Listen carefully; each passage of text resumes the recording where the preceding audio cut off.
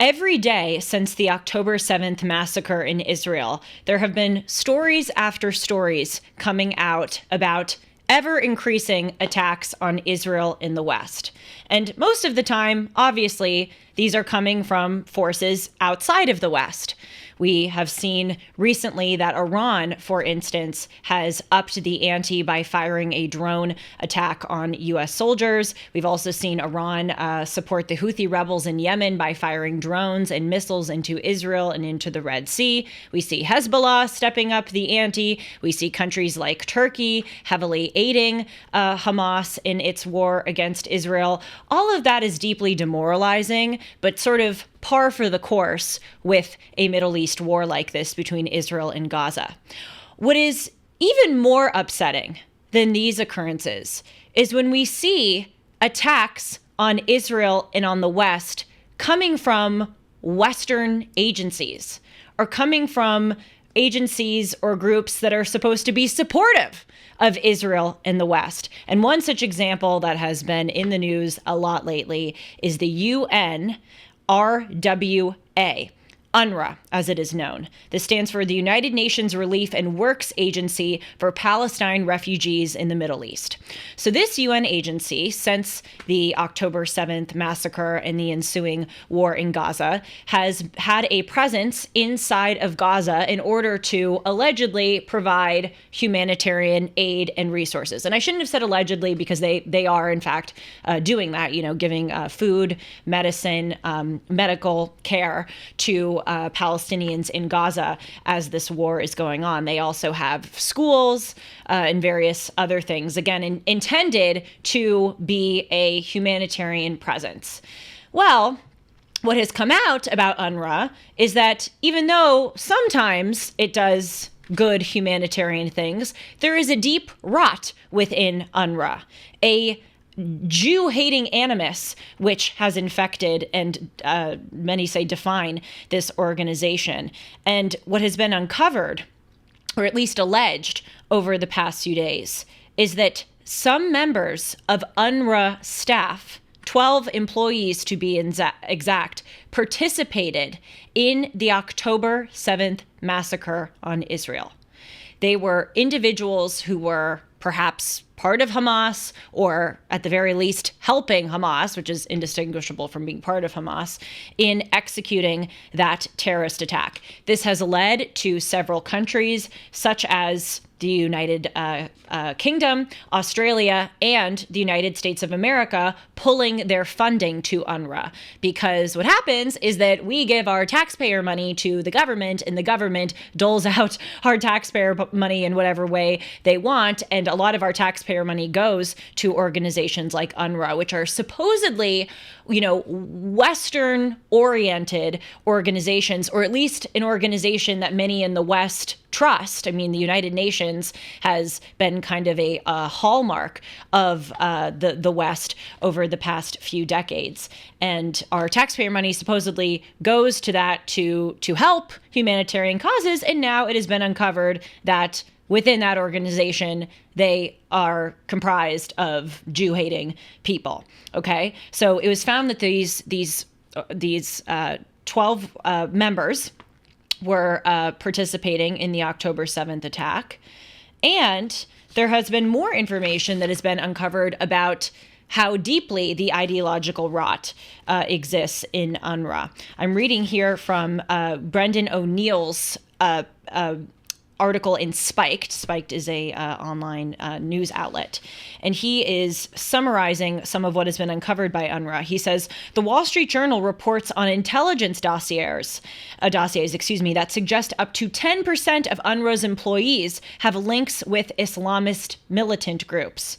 A study of a Telegram channel made up of 3,000 UNRWA-employed school teachers found thousands of messages praising Hamas's pogrom and expressing hatred for Jews. He also writes that analysts have uncovered that UNRWA-run schools in Gaza have glorified the October 7th attacks and further propagated narratives about how terrible the Jews are and how Israel must be destroyed. So I think what's interesting about this story is that it is sadly indicative of a much greater phenomenon occurring in the Western world.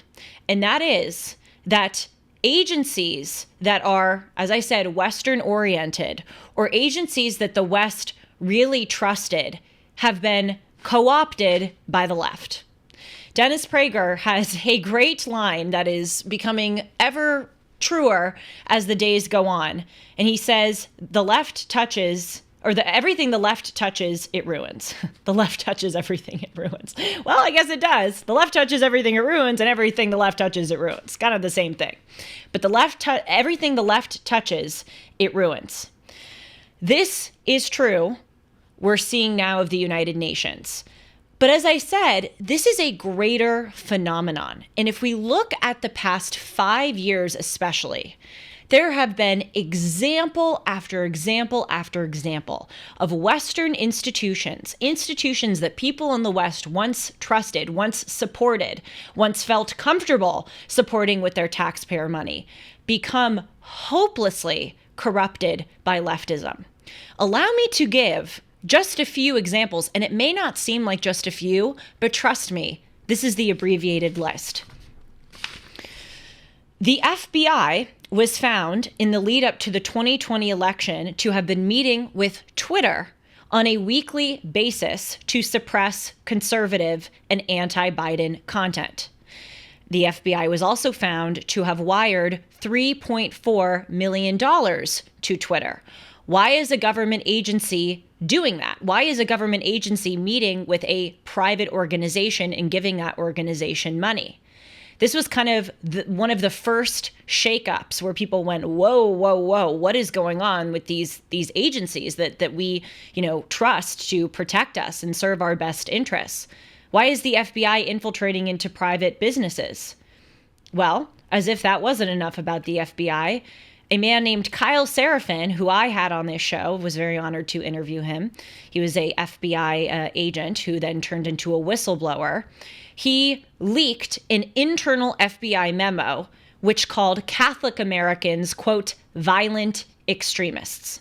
So now many people in the United States no longer trust the FBI. When I was growing up, and certainly for a long time in American history, people revered the FBI. Obviously, there's been a history in the FBI of some not so great, to put it lightly, activity, as with many organizations. No organization has been perfect. But now there are polls which show that record numbers of Americans do not have any more trust in the FBI. It's one example. Let's look at another once revered government agency, Western agency, the CIA. Again, obviously throughout its history, the CIA has been accused, rightfully so, and proven to have done some very shady things. But what we see is that in the aftermath of the 2020 election, the lead up to the 2020 election, 51 ex-intelligence or CIA officials signed a letter which said that the Hunter Biden laptop story had all of the earmarks of Russian disinformation. These 51 ex-intelligence officials knew that the Hunter Biden laptop story was not Russian disinformation. There was a hard drive that the computer repairman who seized control of Hunter Biden's laptop, lawfully, by the way, because Hunter Biden dropped off that laptop, didn't pick it up in time, and the store policy is if you don't pick up your items in a certain amount of time, it becomes the property of the store owner. This store owner gave a hard drive of the contents of this laptop to the FBI and to the New York Post. It can be verified in 2.5 seconds that this is legitimate and not Russian disinformation. And yet, those ex-intelligence and CIA officials lied in order to convince the American people that the Hunter Biden laptop story was just a hoax and swing their support in favor of Joe Biden. So we have the FBI, we have the CIA. Let's go on to another agency that has been hopelessly corrupted by and infiltrated by radical leftists and leftism. The Department of Justice. The state of Tennessee recently passed a law which said that you cannot get gender-affirming surgeries, or at least that's what they're called, another kind of Orwellian name. Gender-affirming surgeries are actually gender-denying surgeries because you are changing the gender to which you were born. But Tennessee passed a law saying that you cannot get these surgeries before the age of 18, just as we have laws in the vast majority of states which say that you cannot get a tattoo before you are a certain age. We have a federal law in the United States that you cannot consume alcohol before the age of 21, even with parental consent. So the state of Tennessee passed this law barring genital mutilation or reconstructive surgeries until someone is 18. The Department of Justice is now using our taxpayer money, their time, their energy, and their resources to sue the state of Tennessee because they say that Tennessee is discriminating against young Americans, LGBTQ Americans, by denying them the right to change their gender. Do you hear that? And do you revere and respect and have confidence in the Department of Justice? Do you understand what a tragedy this is, by the way? I mean, I'm going to keep going on, and this is the abbreviated version, that these institutions have become so corrupt and are doing such bad, anti-American, unlawful activity. A democracy cannot survive when institutions are corrupt and when people don't trust their institutions. And look at those three I rattled off: the FBI, the CIA, the Department of Justice. This is tragic. How about the American Psychiatric Organization? That was once a widely esteemed institution in American life. Before we continue, I want to tell you about MyPillow. I use a lot of MyPillow products. I wear my slippers. I sleep on the MyPillow. I also sleep on the Giza Dream bed sheets. And on top of that, I use my towels.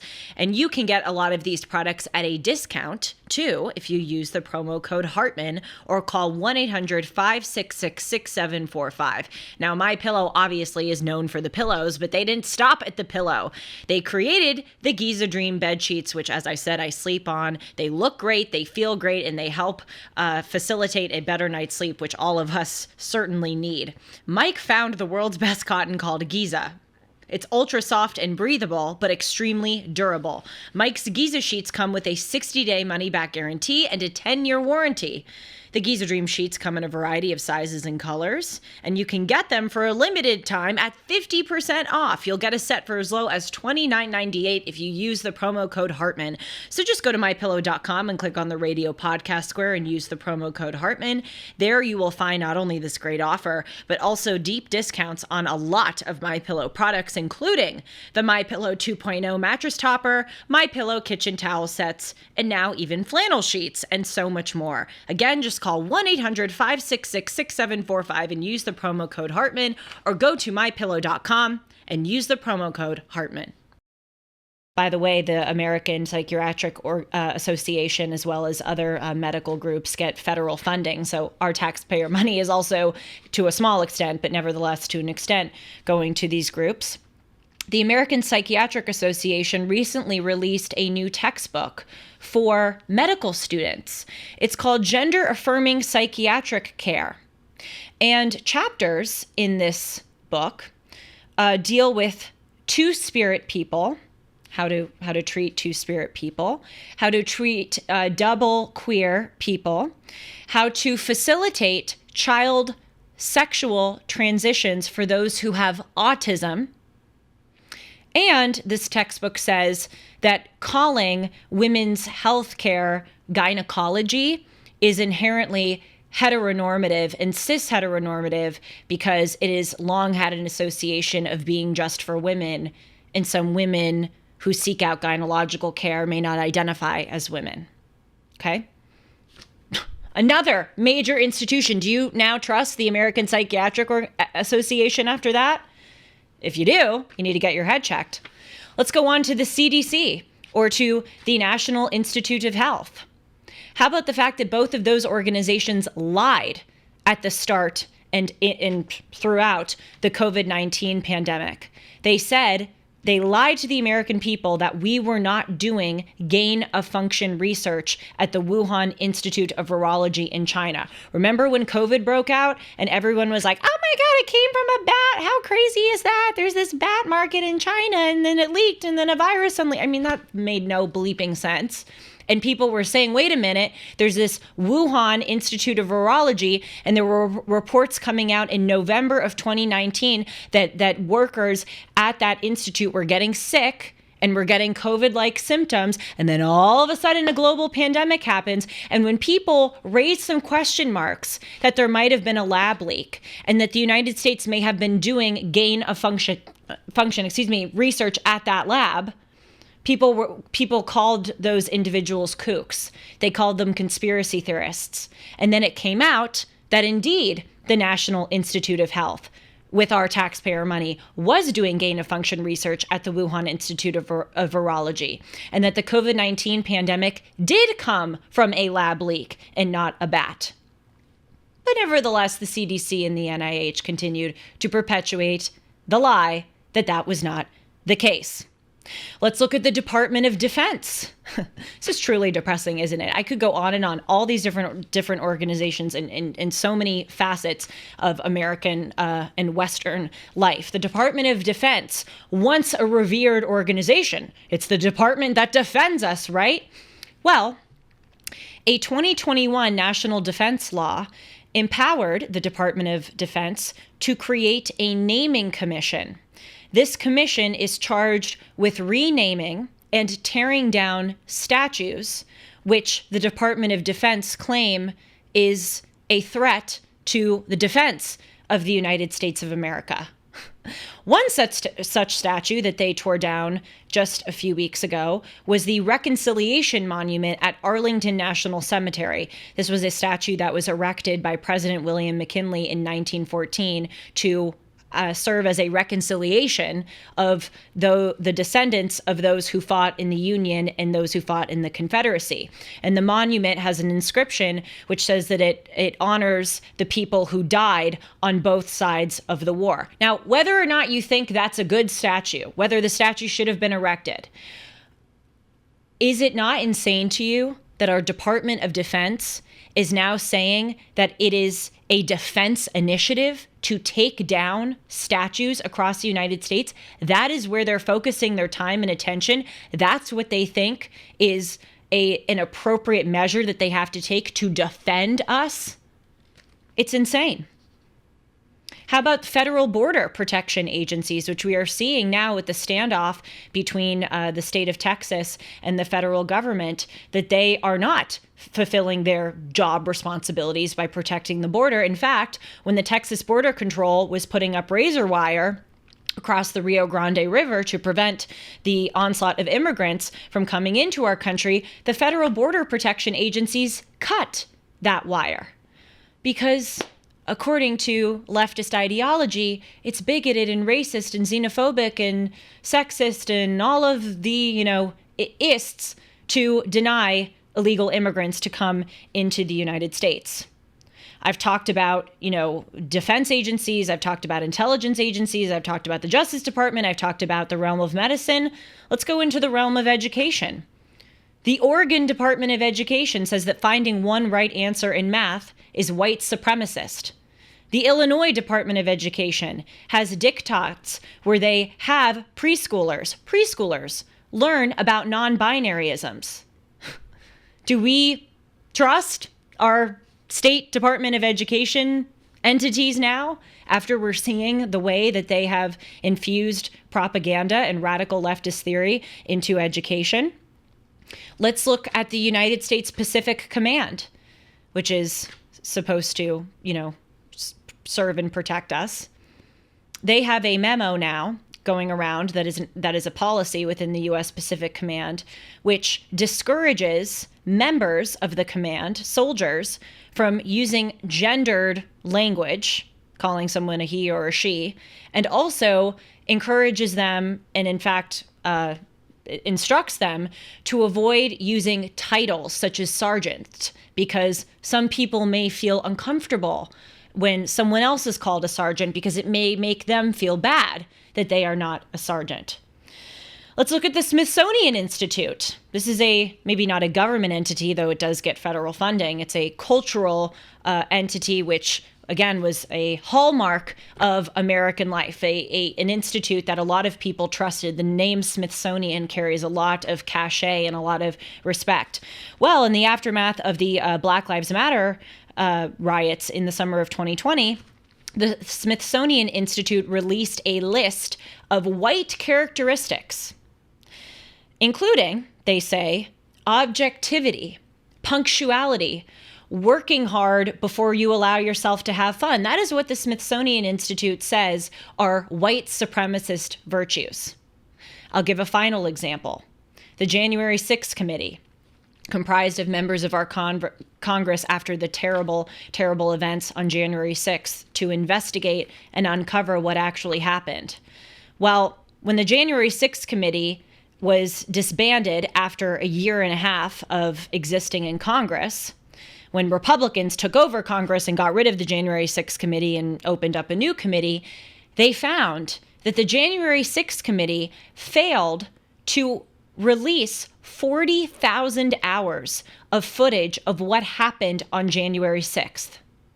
And so Republicans, which took over control of Congress, took that 40,000 hours of footage. Kevin McCarthy was the specific Republican congressman who did this when he was Speaker of the House. He took that 40,000 hours of footage. He handed it over to Tucker Carlson and Fox News to expose it to the American people. And what they found, among other things, was that there was footage of 9 different Capitol Police officers escorting Jacob Chansley, aka the QAnon shaman, through the Capitol, opening the doors for him, opening the doors of the Senate to him. And Jacob Chansley went up and led these 9 different Capitol Police officers in a prayer, thanking them for letting him in. Why didn't the American people see that? If we have a government that is pulling together a January 6th committee to expose what happened that day, isn't that crucial information that we should know? That Capitol Police officers on that day were escorting some people through the Capitol? But no, they didn't release that footage because, again, these institutions have been corrupted by the left.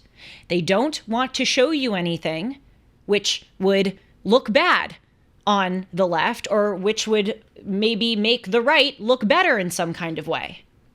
These are not small things. These are government committees, government entities, cultural entities, military entities. And all of them, it seems, have been hopelessly corrupted. And so when we see this story of UNRWA, UNRWA, and it being another agency that is corrupted, what I really encourage people to do is consider this as a broader theme. And my question is, where does this lead? We cannot have a democracy, as I said, which has such corrupt organizations and where the vast majority of people don't trust those organizations. I hate to sound doomsday, but we don't want to get to a point where things get so bad that people resort to violence as a way that they see of retaking their country. We need to realize that this is happening, and all of us on both sides of the aisle need to see the danger that it is posing and reform all of these institutions to be objective and righteous before it's too late. Thank you for joining me. I'm very eager to hear your thoughts. Please comment down below. I'll see you soon.